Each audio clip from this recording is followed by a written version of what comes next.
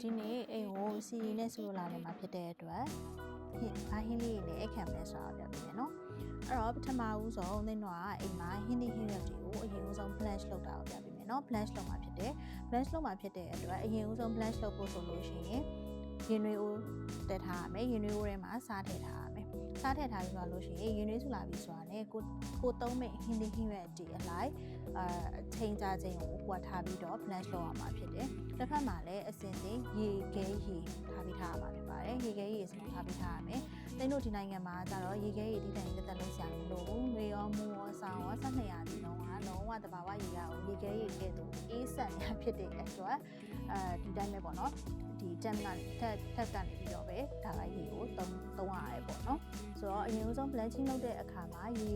နွေအိုတဲ့ကိုစားထည့်မယ်စားထည့်ပြီးတော့အသင်ကဒီ carrot ပေါ့နော် carrot ကကြတော့နည်းနည်းမာတဲ့ vegetable ဖြစ်တဲ့အတွက်အသီးရွက်ထဲမှာပါတဲ့အတွက်သူ့ကိုကြတော့ second 30လောက် blanch လုပ်တယ်လုပ်ပြီးတော့ broccoli တို့တခြားမှုတို့ကြတော့ second 20လောက်ပဲ blanch လုပ်တယ်ပေါ့ပြောရမယ်ဆိုလို့ရှိရင် blanch လုပ်တဲ့အခါမှာကိုသုံးမဲ့ဟင်းသီးဟင်းရွက်ပုံမူတည်ပြီးတော့ second 20နဲ့40ကြာမှာကိုယ့်ကိုချိန်ဆပြီးတော့ blanch လုပ်လို့ရတယ်အကြီးကတော့ blanch ဒီရေနွေးအိုးတွေကထုတ်လိုက်တဲ့အခါမှာရေခဲရေတွေကိုထည့်ရမှာဖြစ်ပါတယ်အဲ့ဒါအကြီးအဲ့တော့မှဟင်းသီးဟင်းရွက်ကအရောင်သွေးဆိုပြီးတော့တောင်တင်ပြီးတော့ပိုပြီးစားကောင်းတာဖြစ်တယ်အဲ့တော့ရေခဲရေကိုမဖြစ်မနေထည့်ရမယ်ပေါ့နော်ပြောချင်တာအဲ့ဒီ blanch လုပ်တဲ့အခါမှာရေနွေးအိုးတွေကဘာလို့စားထည့်ရလဲဆိုတော့ဒီဟင်းသီးဟင်းရွက်မှာတစ်ခါတည်းအရသာလေးဝင်သွားအောင်စားခတ်ထားပြီးတော့မှဒီ blanch လုပ်ရတာပေါ့နော်ဆိုတော့သင်တို့ကကြတော့ဒီနေ့သုံးထားတာကမှုရယ် broccoli ရယ် carrot ရယ်ပြောင်းမှုရယ်ငရုတ်ပွားရယ်ပေါ့နော်ဆိုတော့ငရုတ်ပွားကြတော့ blanch လုပ်စရာမလိုတဲ့အတွက်သင်ရဒီတိုင်းလေးပဲထားတယ်ပြောင်းမှုကလည်းဒီမှာကဒီရာသီမှာမထွက်သေးတဲ့အတွက်ဒီတန်မှုနဲ့ပဲထွက်တာဖြစ်တဲ့အတွက်သင်ကအတူဒီတန်းလုံးနေစရာမလိုတိုင်းမဲ့လောင်းထည့်ပြီးတော့ချက်လို့ရတယ်ပေါ့နော်ဆိုတော့အခုသုံးထားတဲ့ဟင်းဒီဟင်းရွက်တွေထဲမှာအရင်ဦးဆုံး blanch လုပ်လို့ရတာကြတော့လုပ်ဖြစ်တာကြတော့ carrot ရယ်မှုရယ် broccoli အဲ့သုံးမျိုးပဲ blanching လုပ်လိုက်တယ်ပေါ့ blanching လုပ်လိုက်ပြီးတော့သင်ပြီးရင်ချက်တော့မယ်ပေါ့နော်ချက်တော့မယ်ဆိုလို့ရှိရင်ဒီဟင်းလေးဟင်းရွက်တွေကဘာအတွက် blanching လုပ်ပြီးတော့ထားရလဲဆိုတာလေးလည်းပြင်ဆက်ပြပေးမယ်ဒီနော်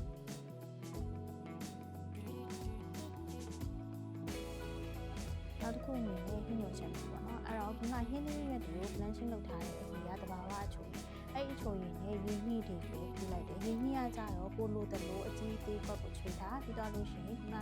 နှစ်စွန်းလောက်နဲ့လက်ချင်းလုပ်ထားတဲ့ဟင်းသီးရဲ့တဘာဝရည်တွေနဲ့နှစ်စွန်းထည့်ပြီးတော့ချော်လိုက်တယ်ပေါ့နော်မှွေလိုက်တယ်ပေါ့အဲ့ဒါပြီးထားထည့်ထားပြီးတော့အဲ့ဟင်းသီးရဲ့ blanching လုပ်ထားတဲ့ထဲကိုပဲ seafood ကိုထပ်ပြီးတော့ပြုတ်မယ် seafood ကိုထပ်ပြုတ်တဲ့အခါမှာလင်းတော့ကြတော့ seafood ကိုဒီပေါ့နော်မကြက်တစ်ချက်ပေါ့နော်အဲ့လိုမျိုးလေးအရသာကိုကြိုက်တာဖြစ်တဲ့အတွက်second 20-30လောက်ပဲထားပြီးတော့ဟိုဘက်မှာရေခဲရေပြန်စိမ့်နေလုံးဝကြက်တာကိုကြိုက်တဲ့သူတွေအတွက်ကြာတမင်းလောက်ထားပြီးပြုတ်လိုက်ပေါ့နော်ပြီးတော့ရင်တော့မဖြစ်နေရေခဲရေလေးပြန်စိမ့်လိုက်ပါရေခဲရေပြန်စိမ့်ပြီးတော့ခုနဟင်းညိုပြန်ချက်မယ်ခုနလမ်းချင်းလုပ်ထားတဲ့ပြုတ်ထားတဲ့ဟာရေကိုပဲဟင်းညိုချက်မယ်သူရဲ့တဘာဝအချိုအရေအတိုင်းရဖြစ်တဲ့အတွက်အဲ့တော့နေရအရင်ဦးဆုံးဟင်းညိုချက်မယ်ထင်မှာကော်ဆွဲရမှာဖြစ်လို့မီးကိုပိတ်လိုက်တယ်မီးပိတ်လိုက်ပြီးတော့မှကော်ဆွဲရပါတယ်ကော်ဆွဲတဲ့အခါမှာလည်းအပြည့်အကျဲကိုကွက်ကိုချိန်ဆပြီးတော့မှမီးပြန်ဖွင့်ပါကော်ဆွဲပြီးသားလို့ရှိရင်မီးပြန်ဖွင့်ပြီးတော့ကိုထဲမဲ့ပြောင်းမှုပေါ့နော်ပြောင်းမှုကိုထည့်ရဲပြီးခုနလှုပ်ထားတဲ့ရင်းနှီးကိုထပ်ထည့်လိုက်ပြီးတော့အဲ့လိုမွေပြီးသားလို့ရှိရင်ကိုအရသာအတိုင်းစားတို့ပြီးတော့ဒါရှိပေါ့နော်နင်းတော့ကျတော့ဒါရှိငါးမော်သုံးတာဖြစ်တဲ့အတွက်အဲ့ဒါလေးနည်းထည့်ပြီးတော့ကြက်ဥထည့်ကြက်ဥအပြင်မှာခောက်ထားတာလေးကိုလောင်းထည့်ပြီးတော့မွေပြီးတော့ခြာကန်ဒီမှာနှမ်းစီနည်းနည်းလေးထည့်လိုက်ပါတယ်ထည့်လိုက်ပြီးတော့ကိုယ်စိတ်ကြိုက်အရသာကိုနီးစပ်ပြီးတော့လိုရာလေးထပ်ထည့်ပေါ့နော်ပြီးရင်ပိန်းငံပြားလေးနည်းနည်းလေးထည့်ပေါ့နော်ပိန်းငံပြားလေးနည်းနည်းထည့်နှမ်းစီထည့်အဲ့ဒါနဲ့ဟင်းညိုလေးတစ်ခွက်ရပါပြီရှင်အခုဆက်ပြီးတော့အတုပ်မယ်အတုပ်တဲ့အခါမှာနေရကဒီseafoodနဲ့အတူ carrot ရဲ့သခွားသီးရဲ့မုန်ညင်းရွက်ထည့်ထားတယ်အဲ့တော့ခုနပြုတ်ထားတဲ့ seafood လေးကိုလှီးပြီးတော့အဲ့ဒါအားလုံးကိုပေါင်းသူ သူ့ထဲမှာ vinegar ရယ်နှမ်းစီရယ်စားရယ်ငရုတ်ကောင်းနဲ့ဒါရှိငါးစီးမှုန်ရယ်ထည့်ပြီးတော့အားလုံးရောနေလိုက်ပါတယ်အကယ်၍ vinegar မရှိခဲ့လို့ရှိရင်လည်း vinegar မရှိရပြီးမထည့်ချင်တာဖြစ်ခုဆိုလို့ရှိရင်သူ့အစားတက်များလေးထည့်လို့ရပါတယ်ရှင်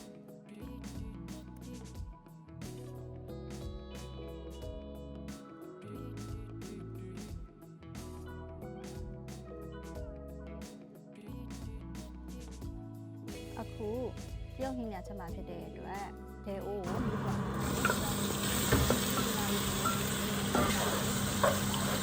ဒီမှာကျတော့ဒီမှာလေးစနေ